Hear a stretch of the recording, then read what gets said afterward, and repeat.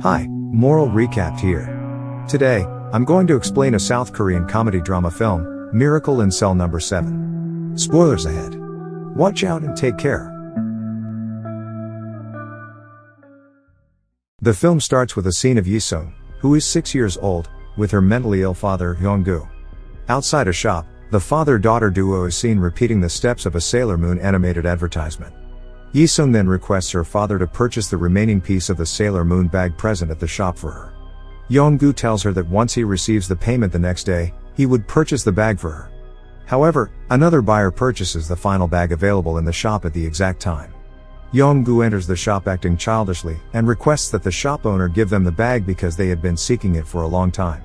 The customer appears to be a police commissioner, and he slaps Hyung-gu after he tries to get the bag from his daughter, Choi. In the following scene, we witness Yi-sung taking command and parenting her father as best she can as a 6-year-old girl. They have a specific goodbye ritual in which Yi-sung counts to 3 and Hyung-gu turns around for them both to make their most ridiculous faces. Choi, the commissioner's daughter, finds Hyung-gu the next day after work and attempts to show him another store that sells the same backpack. Choi instructs Hyung-gu to accompany her to the store. However, the small girl stumbles while running on the icy pavement, and a brick lands on her head. Hyung-gu spots the unconscious girl and immediately tries to perform CPR on her. He also pulls down her trousers for proper blood circulation. However, a bystander witnesses all this and mistakenly takes it as an act of sexual assault. Hyung-gu is then arrested by the police on charges of rape and murder. Hyung-gu is next seen at a police station, where detectives are attempting to question him about the event. However, he is constantly claiming that his daughter Yi-sung is waiting for him alone at home. When he tries to return to his house, he is attacked by police officers, who are photographed by the media. The officers then make a false claim that the deranged Hyung-gu attacked them first. The next morning, Yi-sung leaves the house to look for her father. Hyung-gu is also transported to the same location where the event occurred for a site check. There, the officers make him do a false reenactment, in exchange for meeting his daughter. His actions are interpreted by police officers as rape and murder of a minor. When Yi-sung sees her father being carried away by cops, she runs over to him. However, one of the police officers grabs her and they are unable to meet with one another. Hyung-gu is then transported to prison, where he is placed in cell number 7 with 5 other convicts. His 5 inmates are Bong Shik, arrested for pickpocketing, Chun-ho and Grandpa, arrested for fraud, Man Bom arrested for adultery, and Yang Ho, arrested for involvement in smuggling and gangster business. All the prisoners dislike him for his falsely accused crime and mental disability. They start beating him up. However, they soon become very touched after finding out that he is going to be executed soon. In the prison, there also lies another gang which is planning to attack the prison leader, Yang Ho. One day, Hyung-gu notices the opposition gang ready to attack Yang Ho and runs to protect him. He manages to save Yang Ho from being stabbed. Hence, Yang Ho offers to help Hyung-gu in any way he can to return the favor. Hyung-gu tells Yang Ho that he wants to see his daughter Yi-sung. In the next scene, we can see a church's choir band singing the choirs for the inmates. In the choir, Yi-sung is also seen dancing and playing an instrument. The warden is taken aback to see the kids in the prison choir, but before he can learn more, he receives a call from the minister and is forced to leave the event. Sensing the opportunity, Man Bom takes Yi-sung from the stage and places her in a box before transporting her to the prison to see her father. The convicts are successful in bringing Yi-sung into the jail and reconciling her with her father. The father-daughter duo finally meets, and they embrace each other. Meanwhile, Hyung-gu keeps on saying to his daughter that he is not a bad person. Next, the little girl is introduced to her father's cellmates, and then it's time for her to return. However, Yi-sung does not want to return home and rather wishes to remain in prison with her father. She also claims that she is an expert at hiding. Man Bom, on the other hand, manages to calm her down and confine her to a box in order to return to the choir's bus. But, before he can get there, the bus leaves the prison gates, forcing Man Bom to return Yi-sung to the jail. Inside the jail, the other inmates are concerned that if they are caught, their sentences would be extended. One day, while performing the cleaning duties, they devise a plan to transport the girl outside the prison when another group arrives to perform. One day, the warden receives the photos from the choir event and discovers one of the children missing.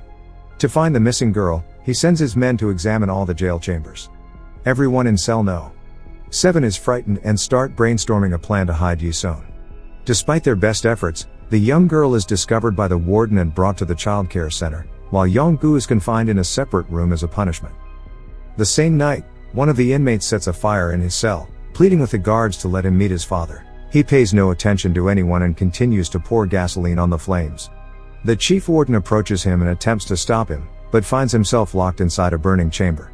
All the other inmates have been released. On his way out, Yonggu observes the chief warden among the flames. Seeing him in this condition, Yonggu endangers himself and rushes to save him. In the next scene, the chief warden wakes up in a hospital room, where he is told by the doctor that Yonggu risked his life to rescue him. The chief warden looks over to Yonggu, who is hurt and lying next to him. Meanwhile, Yi-sung meets her choir instructor and convinces her to take her to meet her father. The kind choir instructor accepts her request and drives her to the prison. As the father and daughter duo reunite again, the warden is keeping a close eye on them. Later that night, the warden starts to dig into Yonggu's case. He starts to suspect that Yonggu is innocent and that his case is fabricated. Later, the warden pays a visit to the investigation office and speaks with one of his colleagues about Yonggu's case. The colleague informs him that the case was of a police commissioner's daughter, and they had to rush to make a verdict. After looking into the case file, the warden also finds out that Yonggu's testimony is falsified. Seeing the injustice that Yonggu has been through, the warden lets Ye-sung visit Yonggu every day after school. There, she becomes attached to all the cellmates. She even teaches them to write. When Bong-shik expresses his disappointment at not being able to communicate with his pregnant wife, Yi-sung lends him a mobile phone that she took from one of her friends. The next morning, one of the wardens rushes towards Yonggu, informing him that his trial is nearing.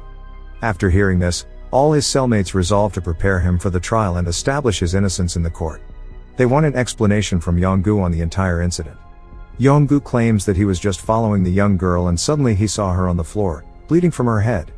The cellmates are perplexed as to how somebody might die from falling while running. They recreate the entire situation and conclude that the girl died after slipping on the icy floor and being struck in the head by a brick. Before the trial, Yonggu is instructed by his imprisoned companions on how to respond to the prosecution's potential questions, and he diligently practices and becomes excellent in answering the questions presented by his roommates. The inmates remind Yonggu to rehearse the answers to the prospective inquiries everywhere he goes. Meanwhile, a national lawyer visits Yonggu in prison and threatens him to confess about the killing. He goes on to say that the police commissioner is a powerful figure who may ruin his daughter's life if he refuses to confess.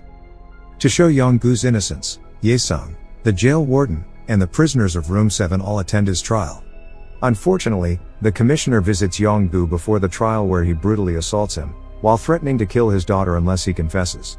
To protect his daughter, Yonggu makes the ultimate sacrifice by claiming that he killed the commissioner's daughter.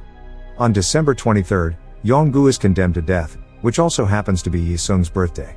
The inmates, feeling sorry for Yonggu, decide to build a hot air balloon as part of their grand scheme to free him. During a prison function, Yonggu and Ye-sung are sent on the hot air balloon, and they effortlessly try to stop the guards from arresting Yonggu, but the balloon's line is caught by barbed wire. Instead of being sad, they use this moment to feel the setting sun for one last time. Back inside the cell, the inmates celebrate Yi-sung's birthday before Yonggu is executed. Everyone gives the little girl a lovely gift and Yonggu surprises her with a yellow Sailor Moon backpack that she always wanted. Overjoyed with the gift, Yi-sung bows down and thanks Yonggu for being her father. However, the celebrations are soon cut short as the executor calls Yonggu. The cellmates are devastated but they hide their tears and lie to Ye-sung that their father is being transported to a different cell. Before being escorted away, Yonggu hugs his daughter and starts crying. As his daughter also starts crying, Yonggu pleads with the guards that he doesn't want to be separated from his daughter, but they are powerless to help him. After a while, Yonggu is executed because of the false accusations. In the present, an adult Ye-sung, who is now adopted by the warden, studies hard to become a lawyer and appeals for the case. The scene shifts with a girl requesting records related to the Lee Yong-gu kidnapping and murder case, which occurred in 1997. She then exits the prison after receiving the paperwork and finds a balloon hovering overhead. She comes to a halt in front of the balloon, which has been tangled in the barbed wire fence. The scene moves to a court hearing, where the same case from 1997 is being trialed for the second time. Yi-sung is doing the case's defense and asking for the reinvestigation of all the evidence submitted to the court. The opposition lawyer asks her if she was present when the incident occurred. Ye-sung then replies she did not witness the incident, but she was there watching the whole investigation happening. With the help of the inmates' testimony and public support, Yong-gu is found to be innocent and hence he is exonerated from the sentence. The movie shifts to a scene where Ye-sung then has a vision of Yong-gu and her younger self waving farewell to her from a hot air balloon. As the balloon soars away into the sky, she cries a sorrowful goodbye to her father, signifying that Yong-gu is free and going to paradise, as well as signaling that Ye-sung is finally letting her father go. The story gives a best representation on how eternal a father-daughter love can be, despite their differences. It may be a good lesson on how we should keep digging even though all the evidence points otherwise. Don't forget to subscribe the channel and like the video. Thanks for watching.